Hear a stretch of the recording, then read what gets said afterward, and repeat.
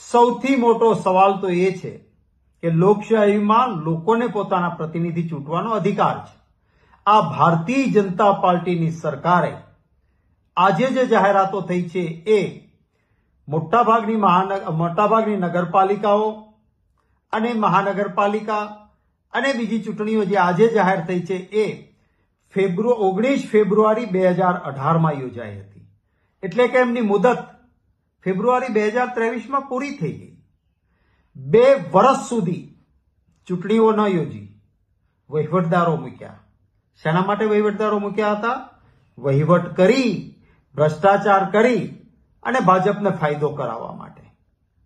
આ કોઈ સંજોગોમાં ન ચાલે. આ લોકશાહી માટે કલંકિત ઘટના હતી. અમે અમારી તૈયારીઓ આ નગરપાલિકાઓની, મહાનગરપાલિકાની, તાલુકા પંચાયત, જિલ્લા પંચાયતની કરી છે.